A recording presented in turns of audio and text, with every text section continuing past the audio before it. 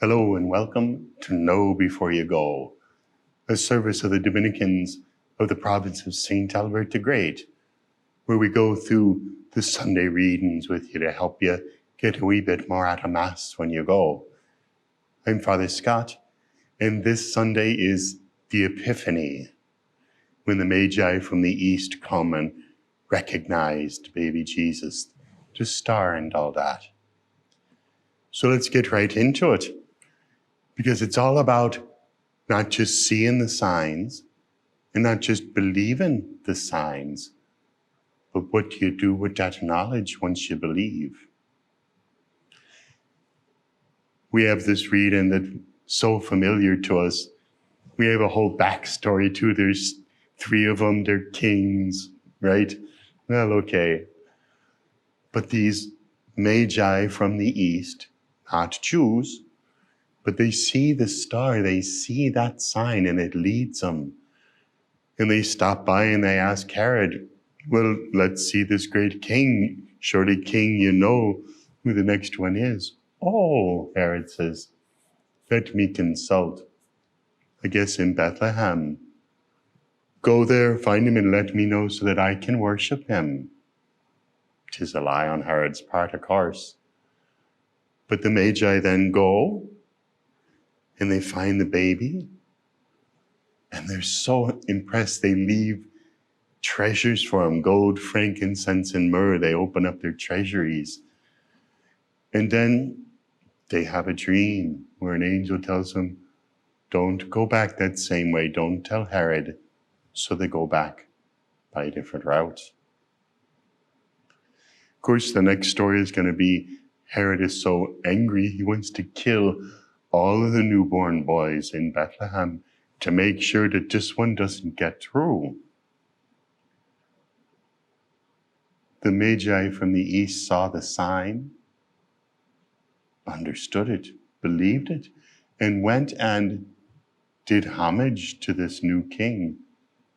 Nothing in it for them, but that's what you do to a blessing this great.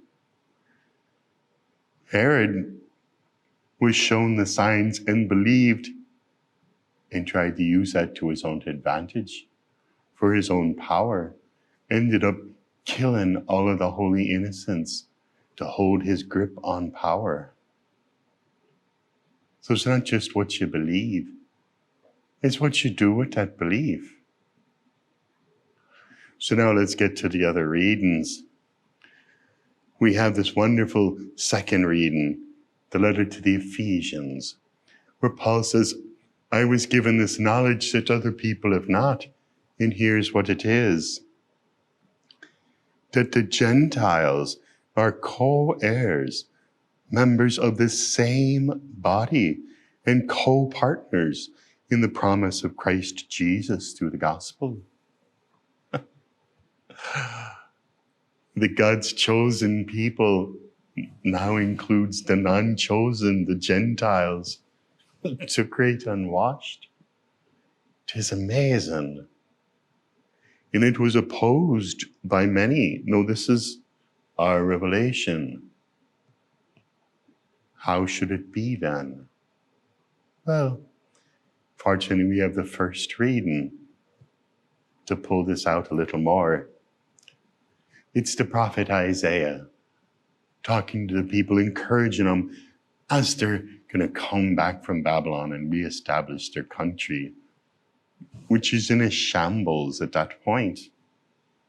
So he says to them, rise up in splendor, Jerusalem. Your light has come. The glory of the Lord shines upon you. See, darkness covers the earth, and thick clouds cover the peoples. But upon you, the Lord shines, and over you appears his glory. Nations shall walk by your light, and kings by your shining radiance.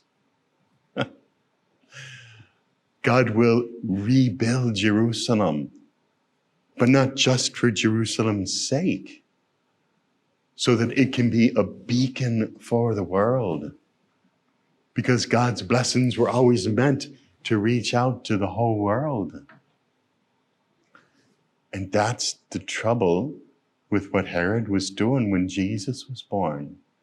God's blessings, oh no, they're mine. They're just for me. And he'll kill to keep it that way. But even the ones from the east, because God's revelation can't be bounded, it flows out all over, and people see and they get it. So now, the blessings of God, do you try to oppose them when they flow other places? I hope not. I hope we at least all believe that much. But then do we always realize that God's revelation to us, whatever knowledge we have, whatever good things were given to us from God, are meant to help the whole world, to benefit everyone? And is everyone benefiting from what I know? 'Tis a question to ask ourselves on this day of Epiphany. If we have any wisdom, any insight, do we use it to further our own interests? Or do we use it to be a blessing to the world? Because that's what God gave it to us for. So God bless you in that task.